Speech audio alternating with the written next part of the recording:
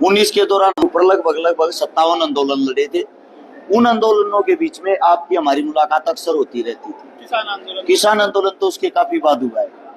अब बात आती है ये कि आपने पूछा कि आप जो समाज सेवा कर रहे हो, चुनाव लड़ने की तो कहीं तैयारी नहीं है। देखिए, समाज सेवा लड़के अगर चुनाव लड़ना होता तो शायद हम समाज सेवा अपने हल्के हल्के तक सीमित दायरे में करते, और सीमित दायरे में इतनी सेवा कर देते, यहाँ के आदमी हमें वोट भी देते, सपोर्ट भी देते और अब तक जीता भी देते। उत्तर भारत के अंदर अकेले गोवाना हल्का नहीं, संपूर्ण हरियाणा, राजस्थान, दिल्ली, यूपी, पंजाब, ऐसे अलग अलग कोने हैं, एमपी तक भी, जहां हमने हमारे से जैसा हुआ है कोई भी जरूरतमंद हो उसकी मदद करने की कोशिश की है। समाज सेवा करना और चुनाव लड़ना दोनों अलग चीजें थी।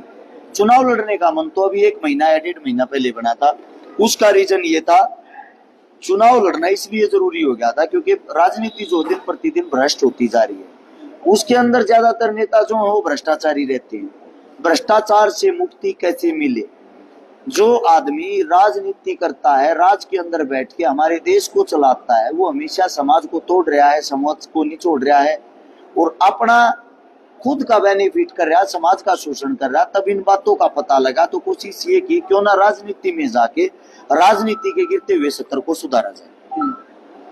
तो एक सवाल मेरा ये है, क्योंकि आपके यहाँ से जो कैंडिडेट है कांग्रेस पार्टी से, वह जगबीर मलिक, काफी बुजुर्ग भी है, तो उसको लेकर मैंने कुछ आपकी वीडियो देखी, आप उन पर एक तंज भी कस रहे हैं उनकी उम्र को लेकर, उसको लेकर क्या कहें? उम्र को लेकर तंग नहीं कस रहे। उम्र तो देखो उनसे भी बड़े बड़े होंगे, हमारे लिए आदरणीय है, वो पिता से भी बड़ी उम्र के हैं, लेकिन हर चीज की एक उम्र होती है। अब जैसे कि उनके जो प्रोग्राम चल रहे हैं डोर टू डोर, वो घूम रहे हैं बेचारे, साथ में ही 10-15 आदमियों को लेके घूम रहे हैं, क्योंकि अगली चौपाल में तो अपने आदमियों को सामने कुर्सी पे, जब वो विचार रखने के लिए चौपाल में जाते हैं तो 2 आदमियों का स्पेशली काम है, उनके यहाँ से बाजू पकड़ के सीढ़ियों से ऊपर चढ़ाना, वापिस उतारना। वो एक बार कोशिश कर रहे थे किसी प्रोग्राम के अंदर संदूक से बाहर निकलने की, उसमें भी उनसे बाहर खड़ा हुआ नहीं जा रहा था, 2 आदमियों ने तो उनको खड़ा किया, उनकी बाजुओं के कारण उनका बैलेंस बनवाया। अब आप एक बात बताओ, जब शरीर साथ नहीं दे पा रहा तो मेरे हिसाब से कुर्सी और सत्ता का लोग छोड़ देना चाहिए। आपको क्या लग रहा है क्यों टिकट कटा आपका? क्योंकि आप भी कई बार कह रहे थे कि भाई आप जो है फाइनल तक थे, 2 ही आदमी थे टिकट के दौरान, क्या कमी रही? क्या आपको? पार्टी के वृद्ध नेता हैं, ये सोच रहे हैं आखिरी चुनाव है, जब पार्टी का वृद्ध नेता अगर किसी बड़े अधिकारी के सामने, बड़े नेता के सामने जाकर 2 आंसू निकालता तो उनके आंसू सच्चे दिखाई देते हैं, उनके अंदर लोभ लालच नहीं झलकता। वहां जाके जो उन्होंने आंसू निकाले या जो भी लेन देन रहा होगा, उसको देखते हुए उन्होंने हाथ जोड़ के जो बात की कि अगर ये बच्चा मेरी टिकट कटवा देता तो सब जगह की संदेश जाता है। कल के बच्चों ने एक इतने बड़े नेता को ठिकाने लगा दिया। हाथ जोड़ के की विनती करता हूँ, अब की बार मेरी टिकट मत काटो, अगली बार मैं स्वयं राजनीति से दूर हो जाऊँ। ठीक है। अच्छा, एक सवाल है, आप कांग्रेस पार्टी के मेंबर हैं? जी नहीं। तो आप अगर कांग्रेस पार्टी का टिकट मांग रहे थे और आप पार्टी के मेंबर नहीं है तो टिकट कैसे मिला? तो जो पार्टी के जो लोग उन्हीं को टिकट मिलता। अच्छा, मतलब उन्हीं को टिकट मिलती जो पार्टी के मेंबर होते हैं? ऐसा ही होता है आपसे पूछ रहा हूँ, उन्हीं को मिलती है? मतलब अगर होता है कई बार 10 मिनट पहले कोई पार्टी ज्वाइन कर लेता है, तो 10 मिनट पहले तो हम भी कर लेते। सुरेंद्र पवार जी थे, पहले चुनाव में ऑन द स्पॉट उनको टिकट मिली थी, पार्टी ज्वाइन थोड़ी कर की थी, वो तो चौटाला पार्टी में थे। ज्वाइन उन्होंने तब की थी जब टिकट की हाँ होगी, टिकट हाथ में मिल गई तो साथ के साथ ज्वाइन कर ली। उदाहरण के तौर पे जस्ट अभी विनेश फोगाट थी, मात्र 1 घंटा पहले ही तो ज्वाइन की है, टिकट की हाँ होली तब, तो उनको भी टिकट मिल गई। सेम ऐसे ही हमारे को टिकट मिलती है, हम भी ज्वाइन कर लेते। पहले ऐलान कर चुके थे चुनाव का, आपने जो है कार्यालय वगैरह खोल रखा था, मैं कई बार देखा यहाँ पे आपकी तैयारी थी पूरी चुनाव लड़ने? भाई आप टिकट देंगे तब भी लड़ेंगे, नहीं देंगे तब भी लड़ेंगे? बिल्कुल तैयारी थी, और तैयारी जो थी वो पहले से ही ये थी, अगर टिकट मिलती है हम आसानी से जीतेंगे, टिकट नहीं मिलती है फिर भी जीतेंगे, उसमें थोड़ी मेहनत और बढ़ जाएगी। ठीक है। एक सवाल ये है, क्योंकि अभी हम गोवाना में आपके पार्टी कार्यालय में है, जो आपके जो सामने जो जगबीर मलिक है और आप यहाँ पे चुनाव लड़े, वो ये भी कह रहे हैं कांग्रेस पार्टी के लोग कि हर्ष शिकारा का जो माहौल है सोशल मीडिया पे हो सकता है, लेकिन जमीन पे गांव में कांग्रेस का माहौल है, और गांव में भी कुछ जो युवा है हो सकता है वो आपके साथ है, लेकिन बुजुर्ग जो है वो कांग्रेस के साथ है। ऐसा आपको लगता है? बड़ी चीज ये है, जो गोवाना की जनता है वो सच को जान चुकी है। अब बड़ी बड़ी बातें करने से, इंटरव्यू में बैठ के नेताजी अगर बड़ी बड़ी बातें गोल गोल घुमाएंगे, उनसे माहौल नहीं बनेगा। जिस भी गांव के अंदर जाते हैं, गांव के अंदर हाथ जोड़ के पैर पकड़ के इनके जो कार्यकर्ता है, एक दो कार्यकर्ता गाँव के हाथ जोड़ के पैर पकड़ के ये कहते हैं हमारी इज्जत का ख्याल रख लो, वो आवाज माड़ा माड़ा डाल देना, हाथ जोड़ के बुलाते हैं 10 मिनट का भाषण देंगे, हाथ जोड़ के रिक्वेस्ट हो भाषण सुन लेना, खाली कुर्सियों को क्या भाषण देंगे। ये आइडिया भी नहीं चला तो अपने साथ में ही पहली बार अकेली गाड़ी में जाते थे, 4 गाड़ी रखते हैं, 4 गाड़ियों में 15 आदमी होते हैं मोल के खुद के, उन 15 आदमियों को सामने बैठाते हैं, उन्हीं को स्पीच देते हैं। ये उनका माहौल है। और ग्राउंड लेवल की हमारी बात करते हो कि सोशल मीडिया पे हमारा माहौल है, हम तो पूरी पोस्ट भी नहीं डालते ना।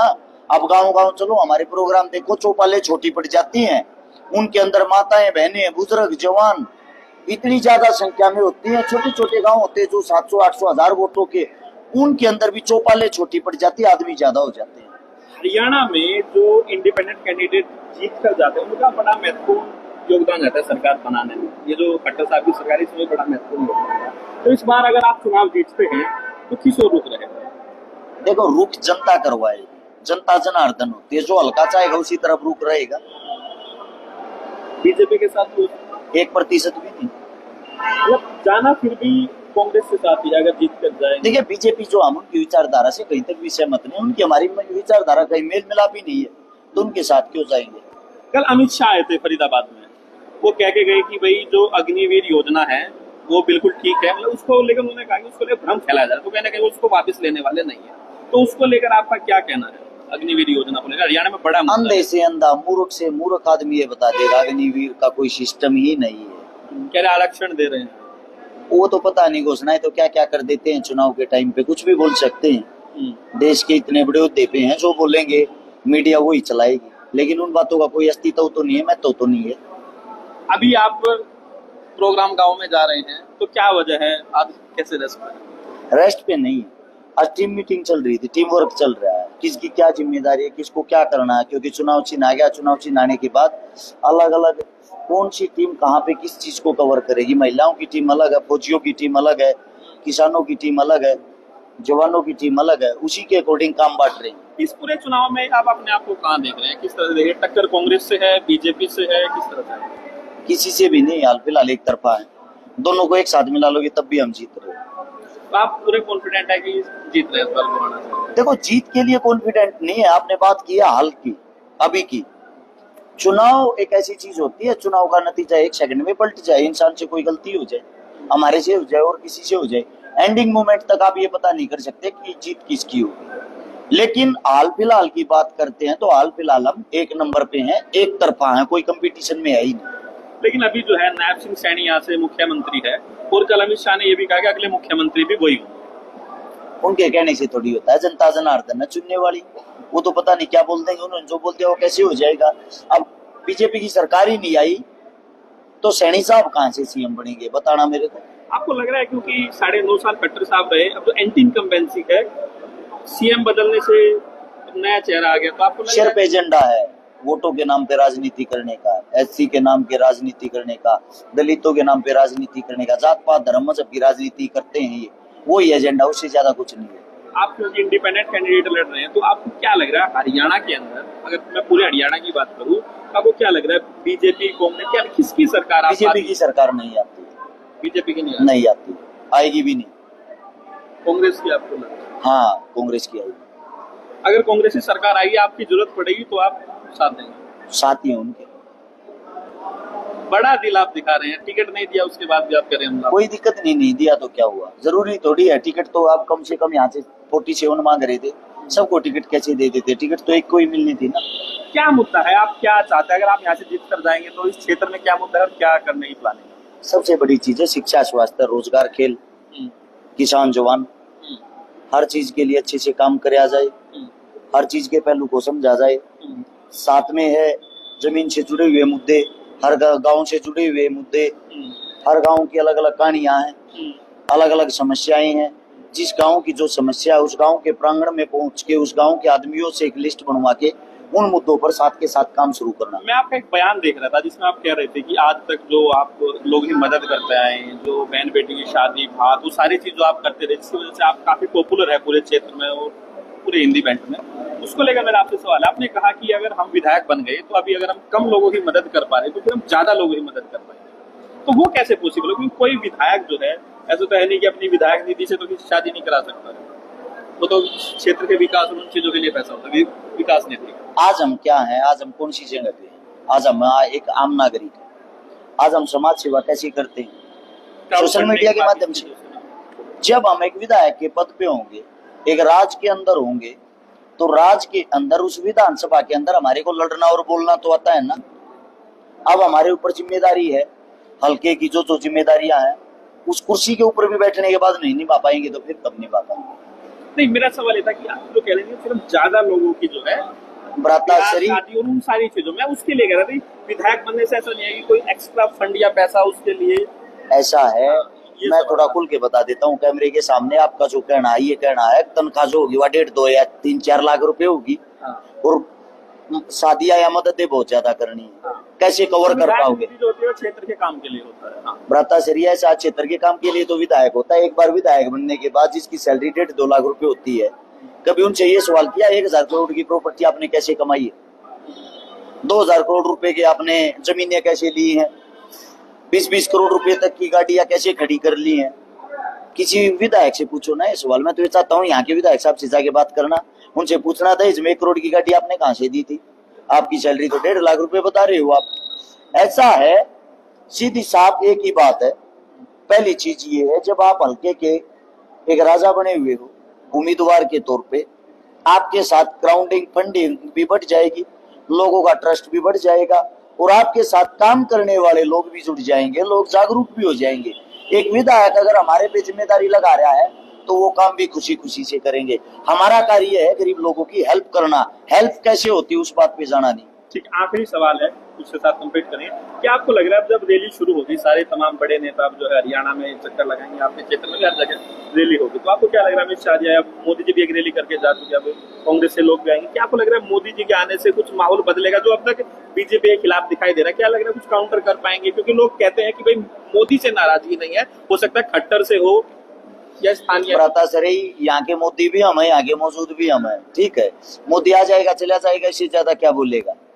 ऐसा है, यहाँ की जनता अच्छे से जानती है, फेंकू जुमलेबाज आदमियों की यहाँ कोई संख्या नहीं, यहाँ कोई गिनती नहीं है। मोदी फैक्टर हरियाणा के अंदर कहीं भी नहीं चलेगा।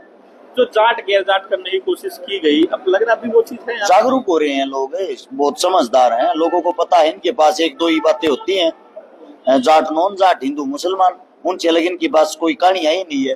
सर्व समाज, संपूर्ण समाज मिलके चुनाव लड़ रहा है। सबसे बड़ी चीज इंसानियत होती है, इंसानियत के नाते सब अपने भाई के साथ खड़े हैं। ये चीजें अब की बार नहीं चलेगी। जनता जनार्दन अच्छे तरीके से जान चुकी है। 10 साल उन लोगों ने ये चीजें चला के हमारे आपसी भाईचारे को जो तोड़ने का काम किया है, वही भाईचारा एकजुट होकर अब की बार उनको जवाब देना चाहता है। सभी गाँव के अंदर कॉन्फिडेंट है पूरी तरह से। 62 गाँव है, गोवाना शहर है, पूरा का पूरा गाँव और शहर लगभग एक बार से कवर करने के साथ साथ दूसरी बार भी कवर करने वाले हैं। चलिए, शुक्रिया बातचीत करने के लिए। बहुत मेरे साथ हर शिकारण से बातचीत की, पूरी बातचीत, पूरा इंटरव्यू आपने। Thanks for watching my new video and please subscribe my YouTube channel and press the bell icon for more information.